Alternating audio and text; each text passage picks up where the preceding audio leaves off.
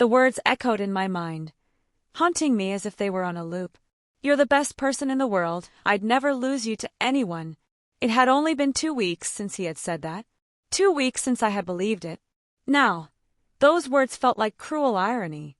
My husband, the man I thought I'd grow old with, had walked out the door in the middle of the night, leaving me drowning in confusion, rage, and heartbreak. The image of him clutching his phone and turning the screen away from me played over and over in my mind. His hands, those same hands that once held mine with warmth, now carried secrets I hadn't been ready to uncover. That morning, the silence in the apartment was deafening. The bed felt colder, the air thicker, and the weight on my chest unbearable. I paced the living room, picking up and putting down random objects like a ghost searching for purpose. My eyes darted to the wedding photo hanging on the wall. His smile seemed so genuine, so full of love. Was that all a lie? Was I the fool for believing in it? I kept replaying the moment I saw the messages. They weren't explicit or overly romantic, but the tone between him and the girl from the coffee shop was unmistakable. Flirty, casual, intimate.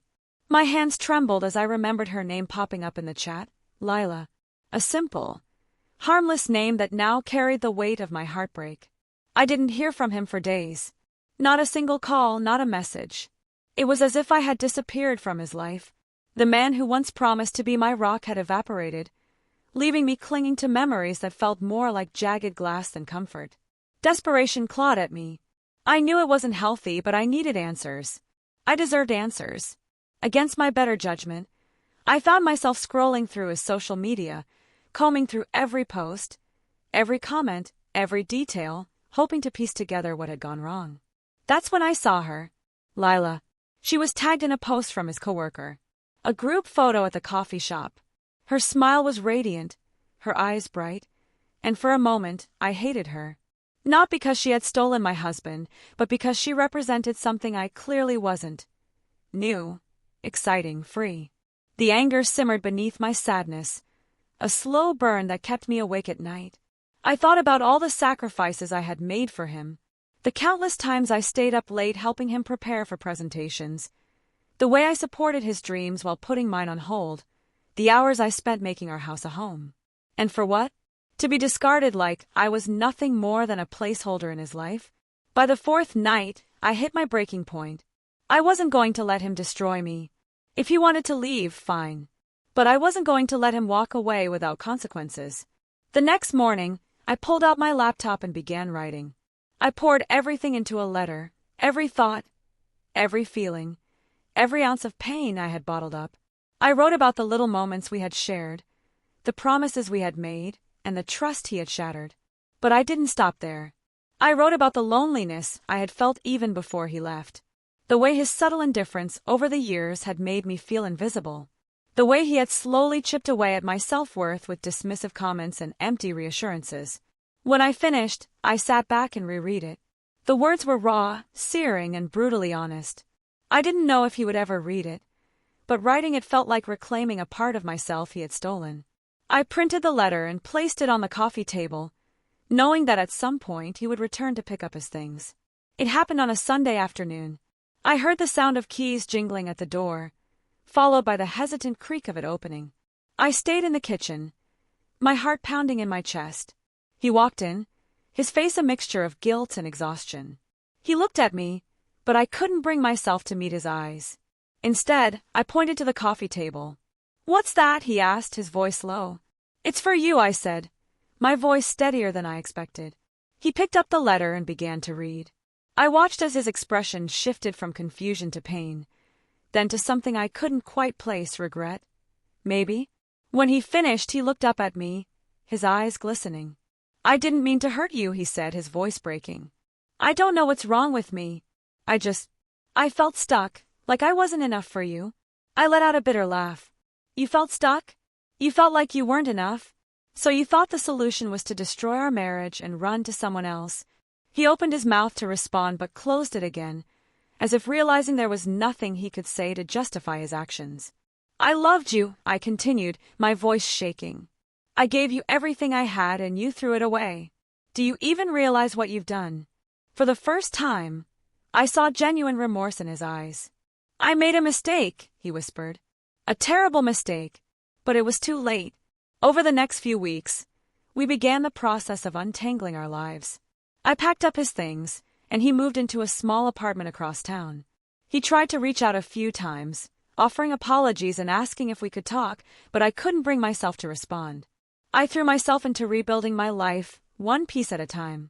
I started going to therapy, something I had put off for far too long. I reconnected with old friends, people I had pushed away during my marriage.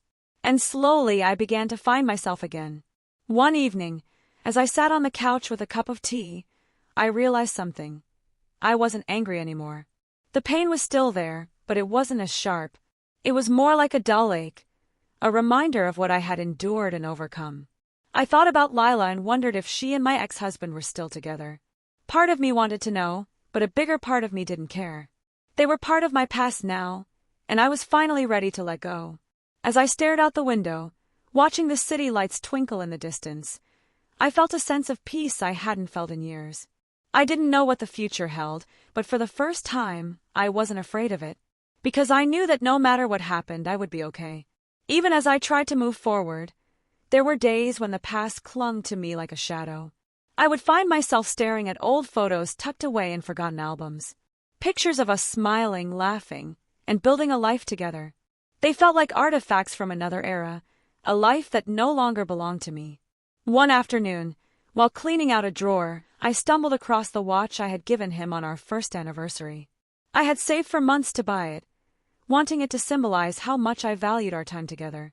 Seeing it now, discarded and forgotten, hit me harder than I expected. I put the watch in a box labeled Memories and shoved it into the back of the closet. But as I closed the door, I couldn't help but wonder, how did we get here? How did love, something so bright and fierce, fade into something so cold and distant? It was a question I didn't have the answer to. And maybe I never would. 2 months after the divorce papers were finalized, I was walking through the city when I saw them. My ex-husband and her. They were sitting at a small cafe, laughing over coffee. It was the kind of scene that would have shattered me a few weeks ago, but now I felt strangely detached. I watched from a distance, observing the way he looked at her, the way she touched his arm. For a moment, jealousy threatened to creep in. But then I noticed something else. They didn't look happy. Not really. His laughter didn't reach his eyes, and her smile seemed forced, like she was trying too hard to make the moment perfect. I turned and walked away, realizing that their relationship wasn't the fairy tale I had imagined it to be. Maybe they were just as lost and broken as I had been. And for the first time, I felt a flicker of pity for him. Not anger, not resentment, just pity. As the weeks turned into months, I started to rebuild. Therapy became a safe space where I could unpack years of buried emotions. My therapist, a kind and insightful woman named Clara, helped me see that my marriage hadn't failed because I wasn't enough. It had failed because we had stopped growing together. I began to focus on myself in ways I never had before. I started painting again, something I had loved as a teenager but abandoned in adulthood. My small apartment became a gallery of half-finished canvases and bold strokes of color. One day, while browsing a local art supply store, I struck up a conversation with a man who was admiring the same set of oil paints. His name was Daniel, and he had a quiet confidence that put me at ease. We talked about art, life, and the challenges of starting over. He didn't ask for my number that day, but as I walked home, I found myself smiling for no reason. A year after the divorce, I sat down to write a letter to my ex-husband. Not to send, but for myself. I wrote about the pain he caused me, the betrayal that nearly broke me. But I also wrote about the lessons I had learned, how his actions forced me to find my strength, to rediscover the parts of myself I had forgotten. I don't hate you, I wrote. I don't forgive you either, not yet. But I hope you find whatever it is you're searching for. And I hope, someday you look back and realize what you lost. When I finished, I folded the letter and tucked it into the same box where I had stored the watch. It was a chapter one wasn't ready to close just yet, but it felt good to write the words. A few weeks later, I ran into Daniel again. This time, he asked if I wanted to grab coffee. I hesitated, the ghosts of my past whispering warnings in the back of my mind. But then I thought about everything I had been through, the strength I had found in myself, and I said yes. Our coffee date turned into a walk through the park, which turned into dinner at a small Italian restaurant. With Daniel, there was no pretense, no pressure. Just two people getting to know each other, one conversation at a time. As we said goodnight, he looked at me and said, "You seem like someone who's been through a lot, but you also seem like someone who's ready for something new." And for the first time in a long time, I realized he was right. Standing there on the quiet city street, I felt a sense of closure I hadn't thought possible. My past would always be a part of me, but it didn't define me. I was free to start over, to find joy in the little things, and maybe, even though I wasn't sure yet, to love again. As things with Daniel began to move forward, I found myself feeling something I hadn't experienced in years. Nervous excitement. It was subtle at first, a quiet hope that maybe, just maybe, I could rebuild my life with someone new. Yet with every step I took toward him, the shadows of my past loomed larger, whispering doubts into my ear. What if I wasn't enough? What if this ended just like my marriage? What if he, too, found someone else, someone better? One evening, as Daniel and I sat on a park bench watching the sunset, he turned to me and asked a simple question. "What's holding you back?" I hesitated. The truth felt too raw, too vulnerable to share. But something about the way he looked at me, patient and understanding, made me open up. "I don't want to be broken again," I admitted, my voice barely above a whisper. "I don't know if I have it in me to survive that kind of pain twice." Daniel nodded, his expression thoughtful. "I get it," he said. "But holding on to that fear only gives it power over you. Sometimes you have to take a leap, even if you're terrified." His words stuck with me long after that night. Maybe he was right. Maybe the only way to truly heal was to stop letting my past dictate my future. Just as I started to let my guard down with Daniel, my ex-husband showed up unexpectedly. I was walking home from work when I saw him leaning against my building, his hands shoved into his pockets. "Hey," he said, his voice soft and uncertain. I froze. Seeing him again after all this time felt like a punch to the gut. He looked the same, yet different, thinner, more tired, as if the weight of his choices had finally caught up with him. "What do you want?" I asked, keeping my tone steady. I wanted to talk," he said, his eyes searching mine. "I've been doing a lot of thinking, and I realize now how much I hurt you. I don't expect you to forgive me, but I needed to say it." His words caught me off guard. For so long I had dreamed of this moment, imagined him begging for my forgiveness. But now that it was happening, I didn't feel the satisfaction I thought I would. Instead, I felt a strange sense of pity for him, the man who had once been my everything but was now just a stranger. "I appreciate you saying that," I replied, my voice calm but firm. "But it doesn't change anything. You made your choice and I've made mine. I'm moving on." He nodded, looking down at his feet. "I hope you find happiness," he said quietly before turning and walking away. As I watched him go, I felt a weight lift off my shoulders. It was the closure I didn't know I needed. That evening, I told Daniel about the encounter. His reaction surprised me, not jealousy or suspicion, but genuine concern for how I was feeling. "Are you okay?" he asked, his hand resting gently on mine. "I think I am," I said, realizing it was true. It's strange though. For so long I thought I needed him to apologize, to admit he was wrong. But now that he has, it feels empty. Like it doesn't matter anymore. Daniel smiled softly. "That's because you've already done the hard work of letting go." His apology was for him, not for you. His words hit me like a revelation. He was right. I didn't need my ex's validation or regret to move on. I had already built a new life for myself, one that wasn't defined by the pain of my past.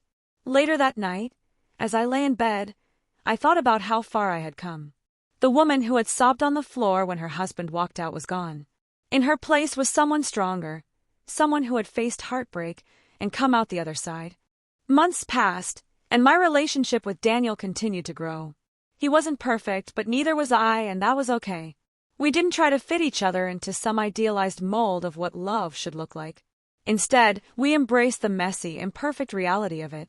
One sunny afternoon, we went hiking in a nearby forest. As we reached the summit, Daniel pulled out a small notebook and handed it to me. "What's this?" I asked, flipping it open. "It's a journal," he said. "I've been writing down all the little things I love about you. I figured it was time to share them with you. My eyes filled with tears as I read his words. They weren't grand declarations or poetic musings, but simple observations that made my heart swell. "You're stronger than you think," one entry read. "You laugh with your whole face, and it's the most beautiful thing I've ever seen," said another. For the first time in years, I felt truly seen. Not for who I had been or what I had endured, but for who I was now. As I looked up at Daniel, I realized that I was no longer afraid of the future, because no matter what it held, I knew I had the strength to face it. And for the first time since my world had fallen apart, I felt whole again.